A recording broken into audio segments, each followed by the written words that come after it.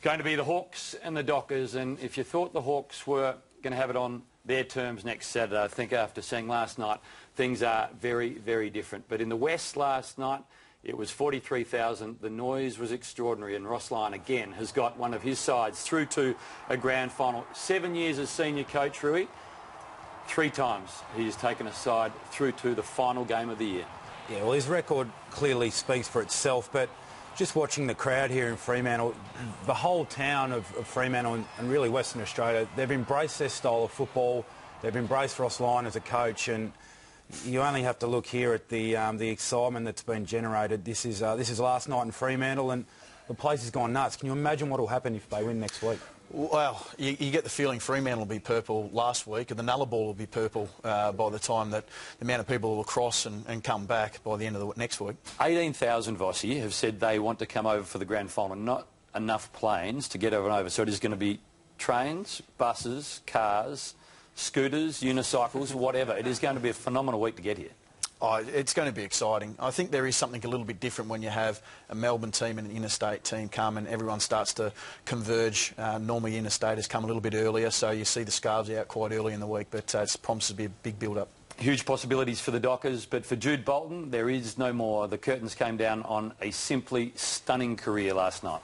Yeah, well, he's a much-loved player in the competition. I don't think anyone says a bad word about Jude, and unfortunately, it wasn't the send-off that he wanted, obviously losing in a prelim final, but the respect shown by the Fremantle Footy Club was fantastic, and you'd think nothing less for Jude Bolton. He's won 2 premierships, played in 3 grand finals. The Hawks opportunity here for Fremantle to make their first ever grand final. And he nails the goal. That is one hell of a kick. Crowley with a big ball from beyond the arc to Duffield. Duffield just gets a piece of it from 50. A 39-point Docker lead. Walters shrug, left foot snap goal. There's the answer. Down the middle. Walters! What a lead. 37-point lead. Slim shot goal. Valentine over the shoulder. Miraculous goal. Fremantle will play Hawthorn in the grand final. Siren sounds. It was a merciless and brutal and relentless and stunning display at Patterson's last night. Fremantle were, well, simply sublime in the end. We're going to speak to Ross Lyon in just a moment. 43,000 sounded like 430,000. 25-point winners. It really flattered the Swans, the margin in the end, Nick. Yeah, it did. Fremantle, they signalled their intent very, very early in the game, and they were wasteful in the first quarter. They kicked 2 goals, 9, but they led by 8 at quarter time, and really already you could tell the outcome was clear. The second quarter set it up for them. They were able to kick 5 goals in the second quarter, and just some really class finishing as opposed to how wasteful they were in the first quarter. And yeah, to be honest, I was sitting at home and I thought, well, this game's done at half time. The Swans challenged early in the third quarter, but Fremantle had taken their foot off the pedal a little bit, and that allowed them to take care of Luke McFarlane, Johnson, who both came in under a little bit of a cloud, and Big Sandy. He spent a bit of time rotating on and off the bench in the last couple of quarters. But the Swans, they kicked the last 5 goals of the game to make the scoreboard look respectable until Ballantyne kicked the last of the game, and it was party time for the Dockers. The scenes after the game were fantastic.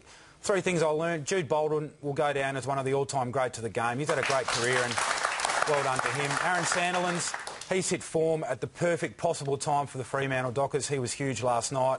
And finally, if the Dockers deliver the same pressure next week as they did last night, well, the flag's theirs. I don't care who you are. Even Hawthorn and their sublime skills and great kicking efficiency, I don't think any team can put up with what Fremantle dished up last night. There was no time, there was no space. The crowd were ripped up into a fervour, and the players just fed off it. You could tell once one tackle was laid, the excitement and the enthusiasm to go and lay another was evident for all to see, and that's the mandate that Ross Lyon delivers, and we're pretty fortunate now to be able to speak to one of the grand final coaches for next week. He does join us now, Ross Lyon. Welcome to you. Just a simply stunning evening last night. You're not a man that shows a lot of emotion, but even you must have a spring in your step this morning, Ross. Yeah, I got up, bounced out of bed, Hamish. Look, it's an exciting time for the Fremantle Football Club.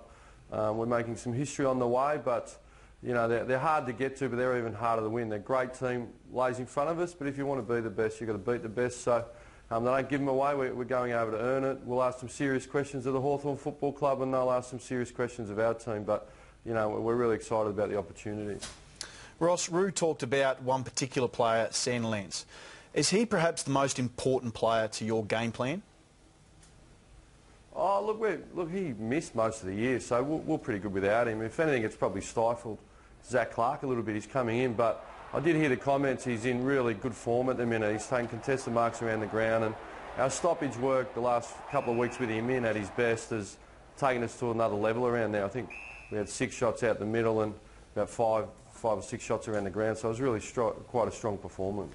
Ross, can you shed some light on the guys that, you know, some people are saying he got injury clouds? Michael Johnson, Luke McFarlane had some treatment in the second half of the game. Will they be right to go next week? Yeah, that's my understanding. Luke, certainly, no doubt. Michael Johnson was recovering from a really slight calf that we gave him 4 weeks to overcome. He had a tight band, but they cleared him and they said he was okay. So I saw the headlines and I was a bit concerned when I read them, but I'd be surprised if there's any doubt. Just one thing quickly as well. You only had one All-Australian player, Michael Johnson. I'm tipping you probably thought there was a few others. Was there anyone that you thought that was stiff? No, look, I don't focus on it, to be honest. Look, Gary Gibbertson, who's gone missing out of the team, was probably the most likely, but yeah, not particularly. You could pick 3 All-Australian teams. We all know that, and they could all challenge each other. So everyone that was picked, they deserved it. Those that missed out, it's just good feedback for them, isn't it? You need to get better. Brutal as always. Rossi, you're probably the only bloke in the organisation with a lot of grand final experience. What do you say to the group this week? Players, young players, not many people that have been involved. We can see your record here. What do you say to prepare them? Yeah, well, you know, working closely together, Nick, that we keep it the same. Our preparation will be the same. We certainly want them to embrace the week, the parade, the media and our fans and the training sessions, but you can't lose sight of your preparation, and that's what's got us to where we are. So we'll enjoy the week, but we'll keep preparing in an elite manner, and that will give us our best chance. Ross, you talk about preparation, and when did planning start? Did you go through edits and stuff last night, or did you leave that till this morning and have breakfast with your family and stuff like that? No, certainly no footage. The recovery this morning, we'll review our game. We won't move straight onto the Hawks. We'll do a sharp review. Plenty of improvements. There was some sloppiness late we weren't thrilled about, but it was understandable. But we'll review what we did well and where we need to tighten up, and then we'll drip feed the Hawks into the players later in the week. So we'll have 2 or 3 days intense preparation of reviewing Hawthorn and come over with a plan. But fundamentally, how we play is how we play. We don't tend to change too much. Some slight tactical or matchups, but there'll be no surprises from either team, I wouldn't have thought. I know you're probably not going to tell us, but any thoughts on who Ryan Crowley will go to next week? Look, I have been giving it some thought this morning. That's something that has drifted in. But, look, they move them around a fair bit. There's the usual suspects, but, Smith on the wing has been getting sat on a bit. Mitchell and Hodge. They've got some great players, so we're going to have to think our way through that. But we'll certainly assign Ryan to somebody. Assuming the game's at Simmons next weekend again, Rossi, it'll be the 2 Hill brothers that are running around on the wings. It hasn't happened since 1912 that a couple of brothers have gone against each other in a grand final. Look, it's a great story, isn't it? 2 brothers who are elite runners and speed, and Brad's been exceptional. Some people didn't rate him in the draft, but he's come in and taken his opportunity and really helped their run. And Stephen, for us, is a really important player, so I'm sure their mum will be thrilled. We'll get over there, and it's something for the Hill family to be proud of. But, there'll be the yin and the yang, won't there? There'll be one devastation and one, ultimate joy for that family.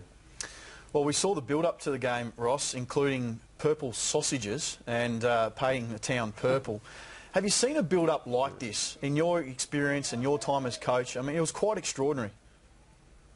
Oh, look, the Saints was pretty intense down there. There was a lot of passion there. So, and the Pies, for me personally, it's, you just get into work pretty early and you leave relatively late, so you miss it. But we're right on the Cappuccino Strip here, right in the heart of Fremantle. So when you wander out to get your hamburger or your salad roll, you tend to get a lot of encouragement and a lot of enthusiasm. And our merchandise shop's been inundated, and the town itself, Woodside Petroleum, our major sponsor, they've got their building all signed up with Go Freo. So it's permeated the town. It's great for Western Australian football, and we're a fledgling club trying to create some history, so it's an exciting time for the club.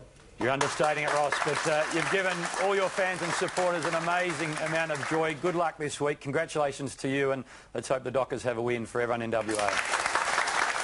Thanks, mate. Ross Lyon, he's a marvel. He's got the Dockers playing unbelievable football. Now, 3 keys to the grand final. We've talked about a lot, but the 3 things for me: Sandlands factor, that'll get talked about all week. The second thing is the effectiveness that Hawthorn have with their shots on goal. They won't get many chances, so it's important that they're accurate. And the ability to absorb pressure in that congestion, it's going to be tight and contested. Who wins? I'm going for the Hawks. Gia? Fremantle. Purple. Purple. Rossi Lyon factor.